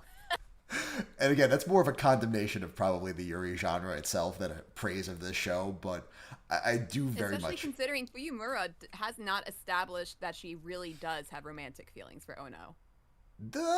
Or did she? Well, I thought she was still conflicted by the end. I think she ends with like the "I love you" and they have a kiss, like they share a kiss. It's more Yuri forward than some very much described last week's Yuri. review? Well, I mean, there's shows that are Absolutely. considered Yuri anime, and this goes beyond that, so I'm gonna count it. Okay. I've never blown up a school over someone who's just a good friend. I will not say whether or not I've done that over someone romantic. I will not incriminate myself. I kept on waiting for establishing what Sanda's family is like. Like, do the rest of Sanda's family know about this whole Santa Claus relation? Is this like something like a... They don't delve into the curse very much. They don't delve into why Fuyumura knew about it, or what the curse is and why it was implemented, and like why could I feel like it's just such an obvious thing that you would want to know more about that they do not get into whatsoever. And this is one of the things with not knowing the source material is it because the source was always like that and just was really bad about presenting that information, or was this like an adaptation choice that was made by the studio and they're maybe saving it for season 2, which as far as I know still has not been announced, so who knows if we get it. I kind of hope we do, because it would be nice to have like this around Christmas time again, because that was kind of cool to have the Santa anime end on Christmas. Like, it's a nice little meta thing. So if they're gonna do another season, that's when they should do it. But I don't know if this was popular enough for us to ever get the answers to those questions. Yeah. Mm-hmm. Yeah, it's just it's like a humongous can of worms that it's right there. Everybody sees the can of worms and they want to know what's in that can, but they do not want to open it up because that would be way too much work. It's the kind of thing where if this was a 2-core season, we probably would have gotten, but for 12 episodes, they blitzed through a lot of plot points, it feels like. Shall I go into some of those nonsensical plot points? Please. All right, here we go. This is a list called nonsensical stuff. 1, why do the kids have beds if they're not supposed to sleep? They're just lay there, but like they could literally do that anywhere, or they don't even have to lay down. They could be doing anything, but they are not supposed to sleep, so why do they have that temptation there for them? I don't know. Stop me if you guys have points that you want to make on anything I say. Otherwise, I'm just going to keep going. 2, it's mentioned that people are prone to crying more when they get older. That is absolutely not true. I have seen children cry more over anything in the world than I have seen an adult cry. Unless that is something specific to this world because they are pumped with hormones that we don't know about. So that could be a thing, but also it's just so random that it could also be nothing. It's 3, called something emotional maturity. Duh. Yeah. 3, something I've already mentioned, the chief director of the school needs someone else to fix her own school. Also, sounds with that, lazy to me. With that, the relationship between her and Oshibu is very confusing. Who actually is in control of the school? Because it seems more like he's in control of the school. So then what's the point of her at all? Yep. Exactly.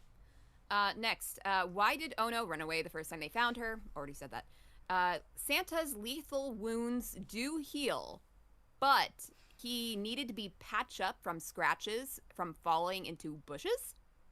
Remember, he fell into the bushes, and Sanda, in his kid form, points out that he had to patch himself up. He got shot hundreds of times, and the scratches remain.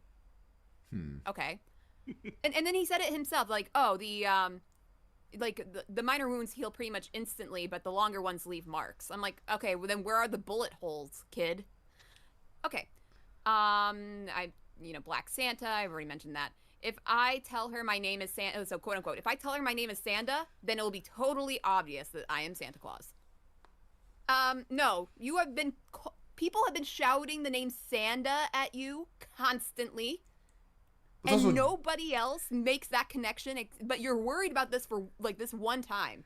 It's also just his like known. It's his known name. It's been his name for 14 years. It's not like it's like he's new to the area and he wants to like stay incognito. Yeah, and he's right. It is a glaring spotlight onto him. Like, oh, Santa is somewhere on this campus.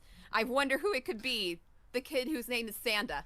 So the principal probably should have figured that out. Anybody should have figured that out, but they bring it up, and at a certain point, I'm like, okay, maybe I'll just accept that it's not something that people are making the connections to. But they literally pointed out, like, he's concerned about this one person figuring it out because his name is Sanda.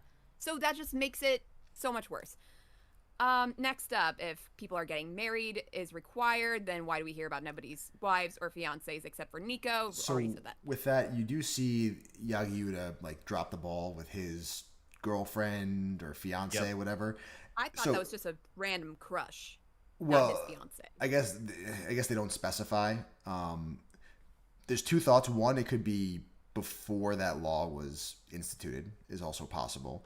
And two, they're required to be fiancés, but as Nico kind of says, you can kind of do whatever you want. Like, you can fool around with whoever you want. So maybe they just decided not to get married. So who knows? But I agree with you. It's more confusing that no other fiancés are shown in the show. Yeah. Another thing with Yagiuda, he is a professional killer, but because what's the kid's name? The girl, Nami, is her name, or something like that? Fumi, not Fumi. Yeah, Fumi's the family name. Yeah.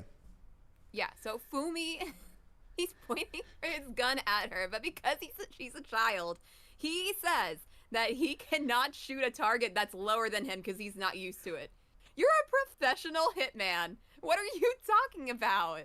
I thought that was really funny. I interpret that more as that, like, when he pulled out the gun, that he instinctively went for a higher shot, and then when he would have had to like re-aim, he's like, you know what, I can't do this. So I get the gripe, but I thought it was hysterical. That was one of the better jokes. And then the last like specific thing on this nonsensical list, but I have more. Or no, I don't have more. That's actually Otaku's list. That was last it keeps going. Yeah, no. So Fumi is shooting at Santa Claus, and she's right there in plain view in public doing this, but the kids say that they can't tell if Fumi is actually killing someone because of the gun smoke. Mm-hmm. What else is she shooting? Okay, I've never been to a shooting range. I've never been around guns. Otaku Cop, please fill me in. Can gun smoke really obscure a situation as much as that? No, not even a little bit. Even if it could, though, but like even if she was shooting so many bullets to cause that much smoke, what else would she be doing? And also, I would. If this is somehow a logical thing that happens, wouldn't you see the victim a little more than the person actually shooting? You're just like, who's actually shooting at him? We can't see because the gun smoke is firing right out of the gun that the perpetrator is holding. It's just clearly something written by somebody that doesn't understand firearms. Like, the only thing that creates smoke at all is the fact that the gunpowder, hitting the primer, and it's the bigger the caliber, the larger the gunpowder discharge. But if you're just firing a handgun, there's really no way that it would generate even remotely enough smoke for you to be like, I can't possibly see what's happening. I'm shooting. I'm trying to remember. Was the fire already started, and it was maybe just like a bad translation? No, I don't know. Because there was eventually at some point in that scene, there's like a fire and smoke from the fire. So I wonder if it was I can't remember if it was a bad translation or just stupid writing. Either way, like I don't think if the fire was there, I would have made that connection. But I don't. Even if it was already started, I don't think it was like right there. Maybe. Yeah, I honestly can't remember. But again, either way, like she's shooting a gun at something. There's only so many things people are going to be shooting at. And then, can I add on to your list of nonsensical stuff? Oh, please. That when he finally kisses his fiance, it was certainly a choice to just artistically transition him to his Santa body while kissing her. And then he proceeds to suck in her face like a black hole. And I was like, what the fuck are we watching? What is this? And then she gives him a good punch. So I was like, thankfully that was ended. But it was just another nonsensical decision that just left me both confused and feeling icky. And yeah. So that was, I think that just piles on to Caroline's nonsensical stuff. Yeah, so just using another metaphor for how I see this show, as if people could not tell. This show is so over-seasoned with the world-building, plot points, nonsensical things that I don't know what I'm eating. Like, it could be chicken, it could be beef, it could be pork, it could be eggplant for all I know. It's just so over-seasoned. It has too much of everything that I am trying to figure out what it is. It's like if in the beginning of the Powerpuff Girls, where it's like sugar, spice, everything nice, and then oh no, and then all of the chemical X falls in. It's like oh no, all the chemical horny creepy falls into the story, and then here we are. Yeah, that's another good metaphor there. Well, we have run long. We've reviewed a lot of things. We're going to review more things in the after party. Oh my god! So come join us for that. But I think it's time we could sit and score Sanda. Caroline, you've waxed poetic. What are you giving Sanda? I feel like if I were to say anything more, people would say, "Yeah, we know." I do not hold my punches when it comes to things like this. Regardless. As much as it doesn't sound like it, there were some things to enjoy about this show. It wasn't like a super duper hard thing to watch after a certain point. But regardless, I'm going to have to give this show 2.5 fiancés that never get mentioned out of 5. Respectable. I thought you were going to go lower than that, if I'm being honest. Honestly, I probably should have, but... Otaku? Yeah. So, I remember Raggedy and I think you and I both were on the Impression episode, and we passed Sanda over, I think, Mitsuki's objections, if I'm not mistaken. Probably. And yet he watched it. He watched all of it, even though he didn't have to. That's right. I don't regret passing it. Once the season concluded, I think I can safely say that I agree with Caroline's score. There's enough there for it to be watchable, but I don't even know if I would watch a season 2. So I'm going to give this 2.5 inappropriate camera angles at a 15-year-old out of 5. This show is just creepy. It's weird. I don't know. That's where I sit. 2.5 is where I'm at. For me, this is one of those shows where the discussion about the show is probably more interesting than the show itself. I'm glad we passed it, because passing, bland isekai number 17 is not interesting to talk about, where at least this we probably could have kept going, honestly, for how much weird shit happens in this show. This is the kind of thing that brought me personally to anime, is things that you are not going to see in any other medium.